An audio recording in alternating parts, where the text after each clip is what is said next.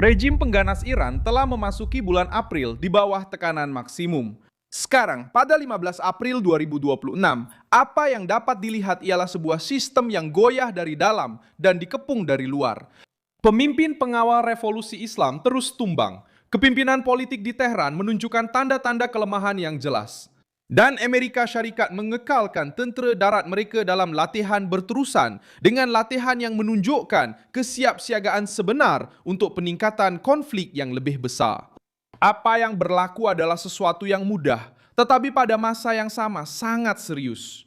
Pada awal April, media Iran sendiri mengesahkan kematian ketua organisasi perisikan pengawal revolusi Islam dalam satu serangan yang rejim itu kaitkan dengan musuh Amerika dan Israel. Ini bukan menyasarkan orang sembarangan. Ia mengenai salah satu pusat paling sensitif dalam aparatus penindasan dan pengawasan rejim. Apabila ketua perisikan dihapuskan, kesannya melangkaui bidang ketenteraan. Sistem itu kehilangan koordinasi, kehilangan keyakinan, dan mula bertindak dalam ketakutan.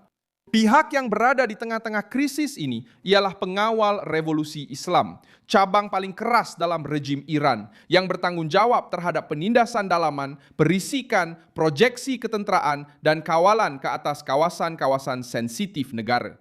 Pada bulan April, teras ini terus berada dalam keadaan terkejut kerana selain kehilangan anggota penting, pemimpin agung yang baharu, Mojtaba Khamenei, muncul dalam berita masih cedera dengan kecederaan serius yang dialami dalam serangan pada akhir Februari yang membunuh bapanya.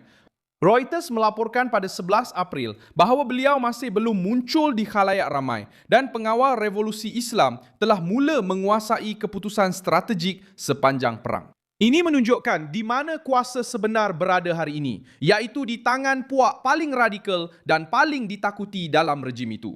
Di mana perkara ini paling berat ialah di dalam Iran sendiri, terutamanya di Tehran, iaitu tentera yang menyokong struktur komando.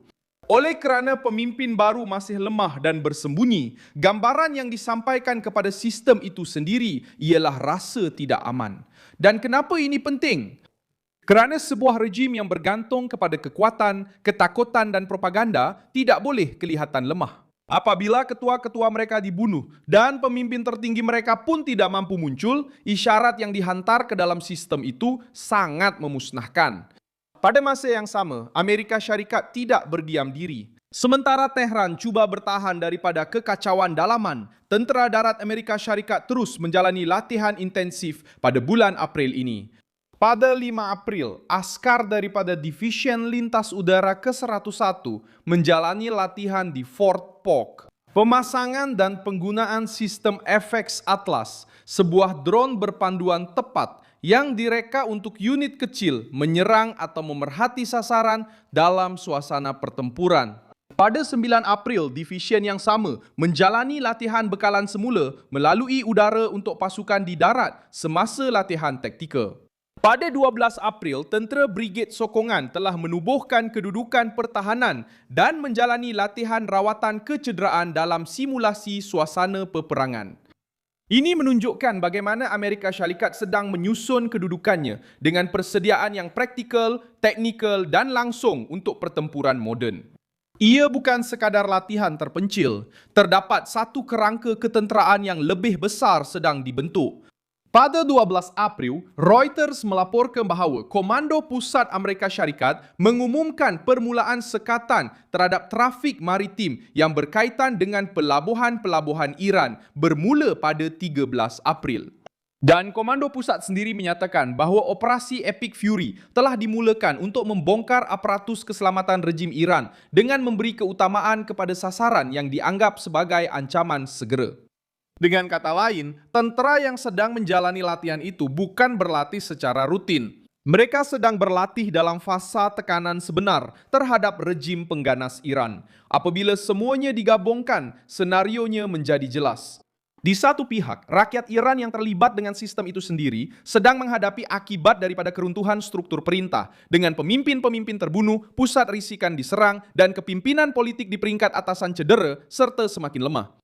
Di pihak satu lagi, Amerika Syarikat meningkatkan persediaan di darat, menyesuaikan logistik, berlatih menggunakan drone, pertahanan kedudukan, sokongan di darat dan sokongan berterusan kepada pasukan dalam suasana peperangan. Apa yang dipertaruhkan bukan sekedar pertukaran serangan. Ini adalah cubaan untuk mematahkan tulang belakang rejim yang selama bertahun-tahun telah menyebarkan keganasan, membiayai milisia dan menggugat kestabilan rantau ini. Oleh itu, penilaian yang paling objektif pada bulan April ini adalah sukar untuk Teheran. Pengawal revolusi Islam terus diserang di titik-titik penting. Kepimpinan politik rejim menunjukkan kelemahan yang jelas, dan pasukan darat Amerika mempercepat persiapan mereka dengan isyarat kesiapsiagaan yang jelas. Rezim pengganas Iran telah kehilangan ketua-ketua penting pada bulan April, dan rangkaian kuasa mereka terdedah di dalam Iran. Sementara Amerika Syarikat menjalani latihan di darat dan mengekalkan tekanan ketenteraan untuk menghalang struktur ini daripada kembali bernafas dengan tenang.